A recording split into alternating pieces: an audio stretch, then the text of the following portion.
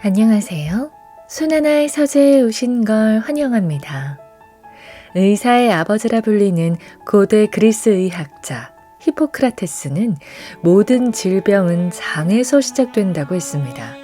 그런데 질병뿐 아니라 장내 세균이 우리 인간의 감정까지 좌지우지한다는 사실을 아셨나요?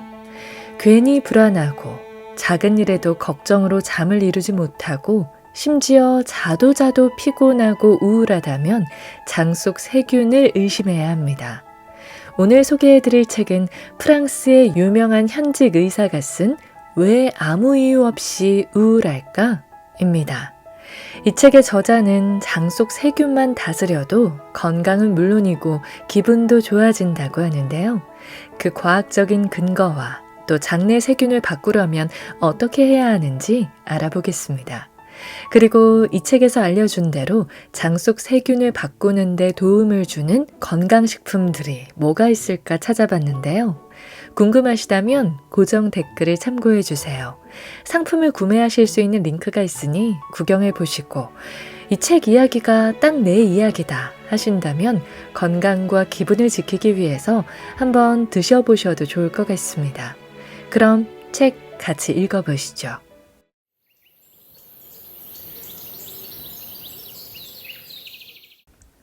내 불안은 나의 예민함 때문이 아니다.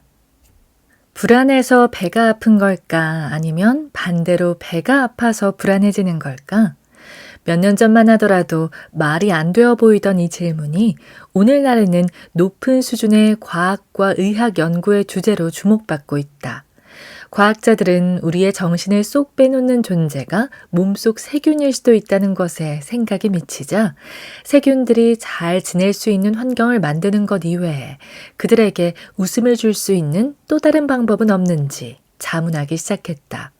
물론 나는 신경정신장애의 발생 요인이 다양하며 환경적, 유전적 요인에도 영향을 받는다는 연구 결과에 동감한다. 그러니 경증 우울과 중증 우울, 신경증이나 정신증이 단 한 가지 명확한 원인 때문에 발병하는 것이라기보다 서로 다른 요인들이 복합적으로 작용한 결과라 할 수 있을 것이다.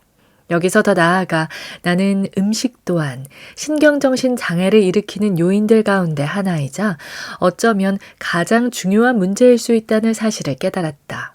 그리고 동시에 치료의 관점에서 볼 때는 가장 제거하기 쉬운 요인이라는 생각이 들었다. 이러한 생각이 가설로만 끝나지 않으려면 실험을 통해 증명하는 방법밖에는 없다. 최근에는 비윤리적인 행위라 해 동물 실험의 빈도수가 점차 줄어들고 있지만 매우 전문적인 연구에는 임상시험 전에 쥐를 이용한 동물 실험이 여전히 필요하다. 물론 설치류의 심리를 복잡 다단한 인간의 심리와 비교할 수는 없다. 하지만 그렇다고 해서 쥐들에게 인간의 언어로 마음이라 부를 수 있는 심리 기전이 아예 없는 것도 아니다.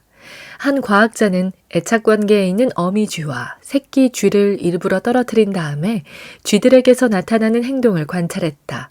새끼 쥐는 어미 쥐가 없어진 것만으로도 스트레스를 느꼈으며 이러한 상태는 꽤 오래 갔다. 어미 쥐는 새로운 환경을 탐색하는데 즐거움을 느끼기도 했지만 때때로 불안해하거나 우울해하고 고립감을 느끼며 구석에 처박혀 있곤 했다. 이는 수면 장애나 식욕 부진, 피로감을 비롯해 일상에서 흥미와 즐거움을 점차 잃어가는 인간의 우울증과 비슷한 양상이었다. 이 실험을 진행한 과학자는 가능한 한 구체적으로 쥐들의 기분을 측정하고 수치화하기 위해 동물 행동학자와 수의사들의 도움을 받아 행동평가 방법을 만들었다. 그중 가장 유명하면서도 많이 사용하는 테스트 하나가 오픈필드다. 이 테스트를 통해 쥐의 운동 기능과 불안 정도를 동시에 측정할 수 있다. 먼저 닫혀있는 상자 안에 쥐를 넣은 다음 쥐가 자유롭게 돌아다닐 수 있게끔 둔다. 그러고 나서 보통 쥐들이 10분 정도 움직인 거리를 잰다. 관찰 결과 불안감을 느낀 쥐는 여기저기 탐색하는 대신에 구석에 웅크린 채 덜덜 떨며 두려움을 이겨내려 했다. 그러다 보니 불안감을 덜 느끼는 쥐보다 이동 거리가 훨씬 짧게 나타났다. 또 다른 테스트로는 쥐가 잠재적인 위험 요소로 인식한 물체를 마주했을 때 그것을 땅에 파묻는 본능을 이용한 구슬 파묻기가 있다. 우울감이 높은 쥐일수록 상자 안에 놓아둔 구슬들을 집더미 밑에 훨씬 더 많이 파묻었다. 그 반면에 항불안제나 항우울제를 맞은 쥐를 포함해 불안감이 덜한 쥐들은 구슬에 관심을 보였을 뿐 아니라 구슬을 숨기지도 않았다. 이런 쥐들은 인간의 언어로 말하자면 낙관주의자라 할 수 있을 것이다. 또 서로 연결된 세 개의 상자를 이용해 설치류의 사회성을 평가할 수도 있다. 우울감이 있는 쥐는 자신의 상자에서 나오지 않았지만 그렇지 않은 쥐들은 다른 상자들도 오가며 딴 쥐들을 만나러 다녔다. 마지막으로 행동을 통해 쥐의 기분을 측정하는 테스트도 있다. 바로 쥐의 주둥이에 설탕물 한 방울을 떨어뜨렸을 때 쥐가 자신을 꾸미는 데 소요하는 시간을 재는 것이다. 우울감에 빠진 쥐들은 우울증에 걸린 사람들과 마찬가지로 씻기를 게을리했으며 몸단장을 덜했고 세수하는 시간도 훨씬 짧았다. 나를 우울하게 만드는 장내 세균. 미생물총의 변경이 쥐의 행동 변화에 미치는 영향을 알아보기 위해 앞에서 말한 테스트를 시행했을 때 그 결과는 하나로 귀결되었을 뿐 아니라 놀라운 사실을 드러냈다. 쥐에게 정크푸드를 먹이는 것만으로도 쥐를 우울하게 만들 수 있다는 점이었다. 과도한 당분과 질 낮은 지방은 쥐를 살찌게 하는 것에서 그치지 않았다. 정크푸드는 균형 잡힌 식단과 다르게 불안감을 유발했다. 이 글을 쓰는 지금 시점에서 가장 완벽한 연구는 2019년 오스트리아 그라츠 의과대학교의 저명한 두 학자인 아메드 하산과 피터 홀저가 했던 실험이다. 이들은 156마리의 어른 쥐를 두 그룹으로 나누고 각 그룹에 정해진 식단만 제공했다. 첫 번째 그룹에는 미국식 식단이라고 불리는 것과 비슷한 메뉴를 주었는데 지방 60%, 당 24%, 단백질 16%로 이루어진 식단이었다. 두 번째 그룹에는 지방 12%, 당 65%, 단백질 23%로 구성된 좀 더 균형 잡힌 식단을 주었다. 그리고 8주 후 두 사람은 모든 쥐를 대상으로 기분 테스트를 진행했다. 정크푸드를 포식한 첫 번째 그룹의 쥐들은 비만에 가까울 정도로 몸무게가 늘어났다. 게다가 이 쥐들은 우울감에 빠졌으며 행동은 느려진 데다가 활동성과 사회성이 떨어졌고 지나치게 불안해했다. 또 우울증에 걸린 사람에게서 때때로 나타나는 분노 행동도 보였다. 더군다나 낮 어느 때든 시간대와 상관없이 설탕을 찾았으며 심지어는 밤에도 설탕에 대한 갈망을 드러냈다. 두 번째 그룹에 속한 쥐들에게서는 이런 증세가 전혀 나타나지 않았으며 첫 번째 그룹의 쥐들과 달리 정상적인 쥐들처럼 행동했다. 하산과 홀저는 정크푸드와 우울감의 연관성을 밝힌 후에도 햄버거, 피자, 탄산음료 등이 우울 증세를 유발하는 생리기전을 찾아내며 다음과 같이 좀 더 심도 있는 논의를 이어나갔다. 첫째, 우울한 쥐의 장내 미생물총에서 의미 있는 변화가 여럿 관찰되었다. 하나는 미생물총이 빈약하며 종류도 다양하지 않다는 것이었다. 이는 우울증을 겪는 남성들과 여성들의 미생물총을 분석한 결과와도 일치했다. 둘째, 정크푸드를 먹고 우울감에 빠진 쥐들의 뇌, 특히 전두엽 피질과 선조체에서 미생물총의 세균들이 생산하는 여러 가지 대사산물의 농도가 바뀌었다. 이 중 어떤 대사산물은 에너지 대사 과정에 개입하며 또 어떤 것들은 뉴런 활동에 더 적극적으로 관여한다. 이렇듯 뇌와 장은 유기적으로 이어져 있다. 셋째, 호르몬 또한 변했다. 호르몬은 신체 기관에서 분비되는 화학물질로 체액과 함께 몸속을 순환하며 다른 기관이나 조직의 작용을 촉진하거나 억제한다.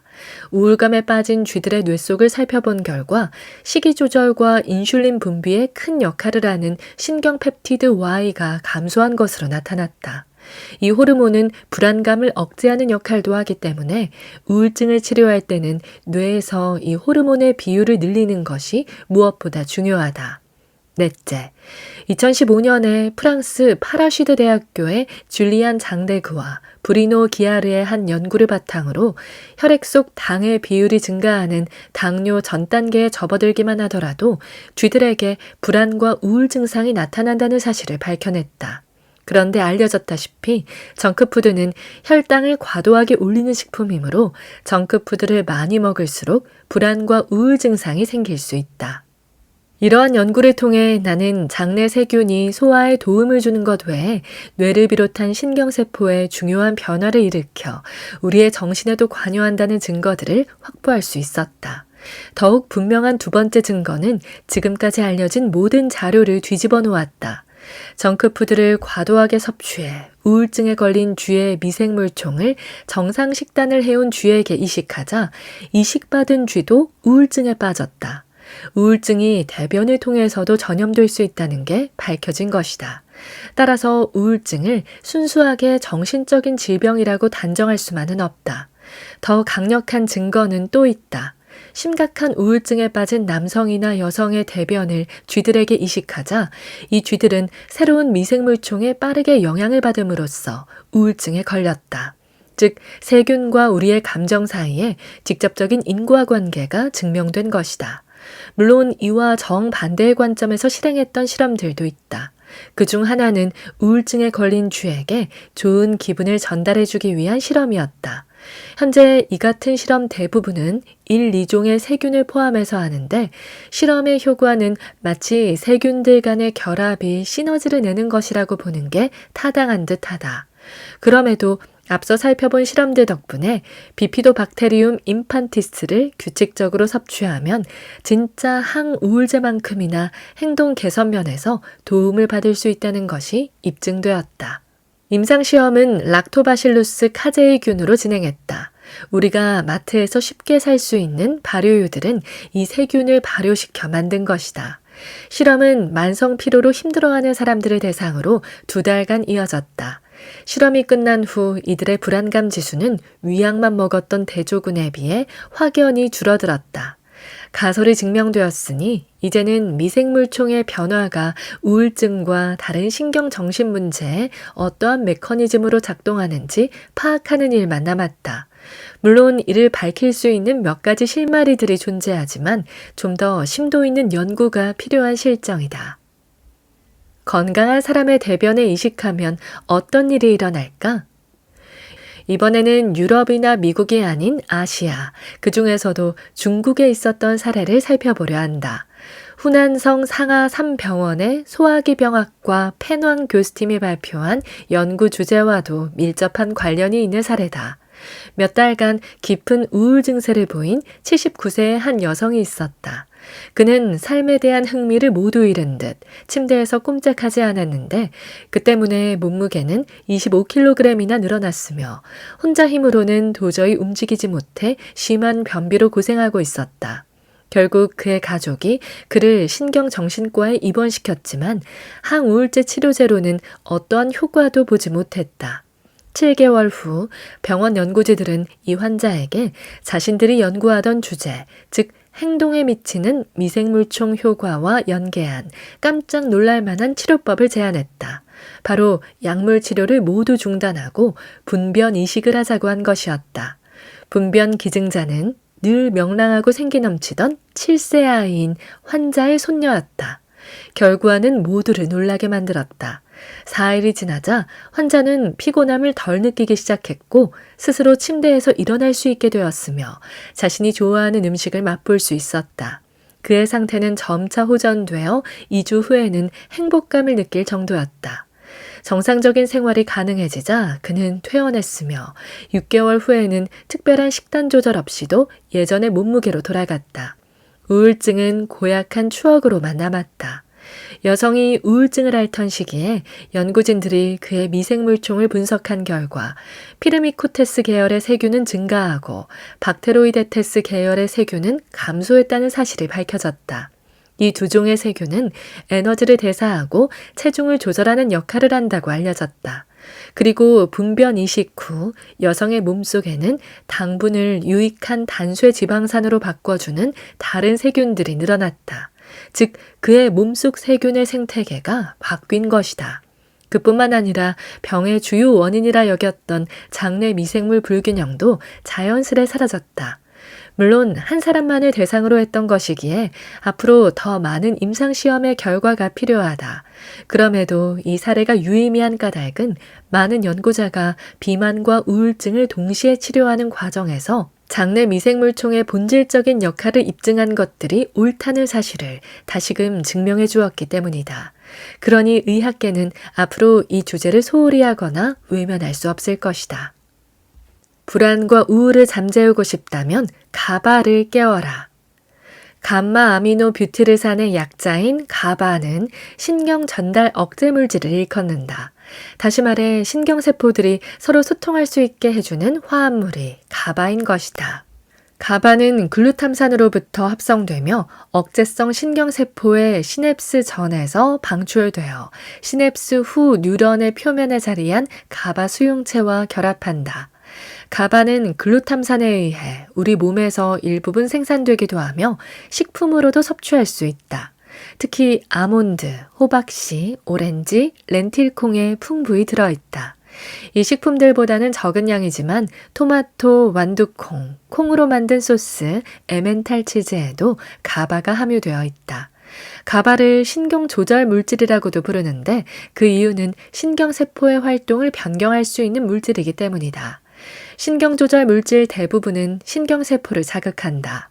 이와 달리 가바는 30-40%의 시냅스 활동에 개입해 신경세포가 흥분하는 것을 억눌러 잠잠하게 만들고 평온한 상태로 이끈다. 그렇다면 가바가 부족해지면 우리 몸은 어떻게 될까? 스트레스, 불안, 우울, 심지어 의존증까지 다양한 심리 상태를 조절하는 것이 불가능해진다. 따라서 체내에서 가바가 잘 합성되고 시냅스에서 가바가 잘 수용되면 이런 증상들을 완화할 수 있다. 이렇게 수용된 가바는 정서적인 부담을 줄이면서 뇌의 반응을 바꾸어 놓는다. 경련을 일으키고 의식 장애를 유발해 발작 증상이 되풀이해 나타나는 뇌전증 역시 가바 생성에 문제가 생겼을 때 발생한다. 그래서 이 치료에 사용하는 특정 약제들은 가바 생산을 촉진시켜 시냅스 내에서 생성되어 극심한 근육 수축과 경련, 신체와 정신의 흥분, 극도의 예민함과 분노를 유발하는 과잉 에너지를 누그러뜨린다.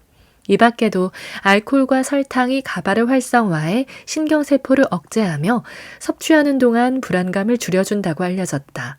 그래서 중독 치료는 가바의 이런 효과를 모방해 진행한다. 최근 들어 우리의 장내 미생물총을 이루는 세균들 가운데 가바를 생산하는 균들의 정체가 속속 밝혀지고 있다.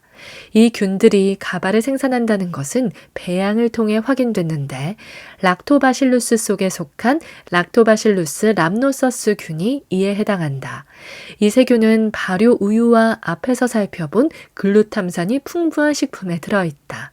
이러한 사실을 규명하려는 정교한 작업이 토론토 대학교의 레펄 자니크 연구팀과 폴란드 루블린 의과대학교의 협력하에 이루어졌다. 이들은 4주 동안 매일 건강한 수쥐들에게 프로바이오틱스 형태의 락토바실루스 람노서스를 급여했다. 행동 테스트 결과에 따르면 이 쥐들은 프로바이오틱스를 섭취하지 않은 대조군에 비해 불안감이 완연히 줄어든 것으로 나타났다. 더 놀라운 사실은 프로바이오틱스 공급을 중단한 지 4주가 지났는데도 실험군 쥐들의 뇌 속에 많은 양의 가바가 여전히 남아 있었다는 점이다. 이는 특정 대사 회로가 이 세균들에 의해 바뀌었다는 사실을 알려준다. 하지만 프로바이오틱스가 도달한 장과 뉴런이 어떻게 연결이 되었는지는 아직 구체적으로 밝혀지지 않았다. 그러다가 아일랜드 코크 대학교의 자비에 브라보가 이끄는 연구팀이 신경회로에서 이에 대한 흥미로운 실마리를 찾아냈다. 이 연구팀은 상당한 양의 락토바실루스 람노서스를 프로바이오틱스 형태로 쥐들에게 공급한 뒤 일부 쥐들을 대상으로 장과 뇌를 연결하는 미주신경을 잘라내는 외과 수술을 진행했다. 수술을 받지 않은 쥐들에게 행동 테스트를 실시한 결과 불안감이 확연히 줄어든 것이 확인되었다. 불안감의 정도를 측정하는 혈액 속 코르티솔 호르몬 비율도 감소한 것으로 드러났다. 그 반면에 미주신경 절단 수술을 받은 쥐들은 락토바실루스 람노서스를 매일 섭취했음에도 불구하고 불안감을 드러냈다. 뇌에 있는 가바 수용체가 전혀 반응하지 않았기 때문이다. 뇌가 장벽 내에 자리한 수백만 개의 신경세포들과 연결되어 있음에도 장과 완전히 단절되었던 것이다. 마치 장과 뇌를 잇는 기본적인 연결이 모두 끊어진 것처럼 말이다. 과학으로 밝혀낸 사실은 여기까지다. 여전히 우리는 세균이 뇌의 신경세포를 조절하기 위해 어떤 식으로 미주신경에 작용하며 가바 수용체를 깨우기 위해 구체적으로 어떻게 활동하는지에 대한 정확한 메커니즘을 알지 못한다. 수많은 장가지가 사방으로 뻗어 있어서 정확하게 파악하기 어려워 미주신경이란 명칭이 붙은 것처럼 실타래보다 더 복잡하게 얽혀있는 미주신경의 역할이 매우 복합적이므로 이를 이해하는데도 많은 어려움이 뒤따르고 있다. 감정을 좌지우지하는 비밀병기 트립토판. 몸속 미생물총의 구성에 따라 우리 몸의 물질 대사와 특정한 아미노산의 가용도가 달라진다. 음식을 통해 단백질을 섭취하면 단백질은 아미노산으로 분해되고 그 아미노산이 다시 결합하면 새로운 단백질이 된다. 아미노산 중에서 우리 신체에 꼭 필요한 필수 아미노산은 체내에서 합성되지 않거나 합성이 어려우므로 음식물 혹은 장내 세균을 통해 공급받아야 한다. 필수 아미노산의 종류는 종이나 성장 시기에 따라 다르며 장내 미생물의 종류에 따라 반드시 섭취해야 할 필수 아미노산의 종류 또한 달라진다. 여러 필수 아미노산 중에서 트립토판을 예로 들어보자. 세균은 트립토판을 이용해 다양한 대사산물을 생성하며 면역세포와 신경세포는 이렇게 만들어진 대사산물을 통해 수용체를 활성화하거나 억제하는 신경 전달 물질을 생산한다. 트립토판은 수면 호르몬인 멜라토닌과 장에서 95%가 합성되는 행복 호르몬 세로토닌의 전구체다. 트립토판은 대부분 음식을 통해 섭취할 수 있다. 우유를 마시거나 연어나 참치 같은 기름진 생선, 계란, 가금류, 콩과 식물, 브로콜리, 초콜릿, 아몬드, 바나나, 치즈 등을 먹으면 된다. 음식으로부터 공급받은 트립토판은 숙주인 우리 몸 혹은 우리 몸속 세균에 의해 대사가 일어난다는 특징이 있다. 여러 연구 덕분에 트립토판의 대사 과정이 미생물 총의 질에 달렸음이 확실해졌다. 만일 우리 몸속에 유익균들이 없으면 물질 대사가 원활하게 이루어지지 않을 뿐더러 위험으로부터 우리 몸을 지켜주는 화합물의 생성 또한 어려워진다.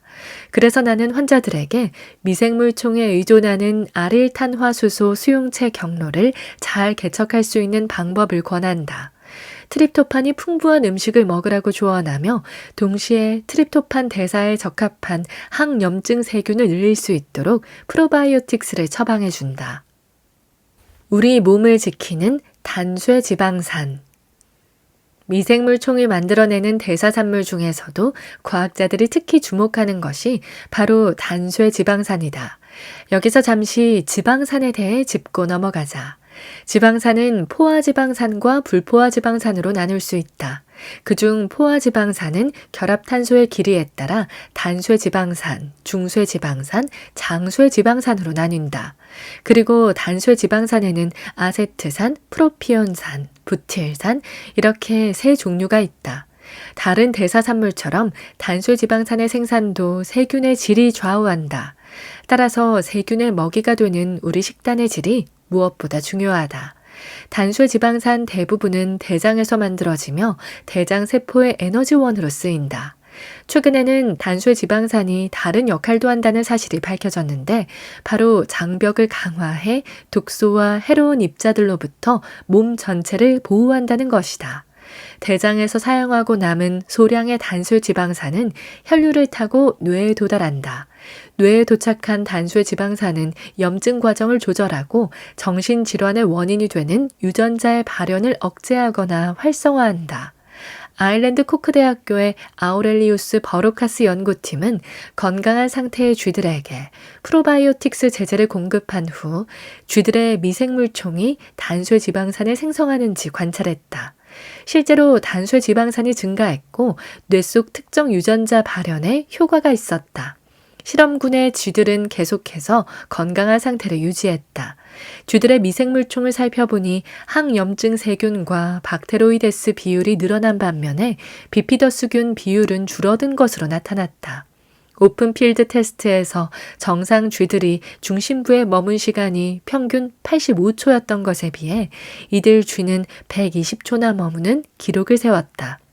단수 지방산의 효능을 규명하려는 노력이 학계에서 이어졌는데 매사추세츠 대학교의 프레데릭 슈로더 교수와 카람 아크바리안 연구팀이 진행한 실험도 그중 하나였다. 이들은 쥐들을 우울증에 걸리게 한 다음 쥐들에게 고용량의 부틸산을 넣은 항우울제를 4주간 투여했다. 예상대로 부틸산은 의심의 여지가 전혀 없을 정도로 항우울제 효과를 뚜렷하게 끌어올렸다. 이 지점이 바로 과학 지식의 정점이라 할 수 있다. 이론대로 프락토올리고당과 갈락토올리고당 같은 적합한 프리바이오틱스를 섭취해 우리 체내에서 부틸산 생성을 높이기만 하면 우울증을 고칠 수도 있기 때문이다. 반대로 생각해도 마찬가지다. 쥐 실험 사례에서 알 수 있듯이 지방과 당이 많이 함유된 음식을 계속 섭취해 미생물총이 바뀌면 다른 것을 다 떠나서 최소한 우울증이 찾아올 수 있다는 것이다. 오늘 저와 함께한 시간 어떠셨나요? 편안한 시간이 되었길 바라며 또 들러주시길 기다리겠습니다.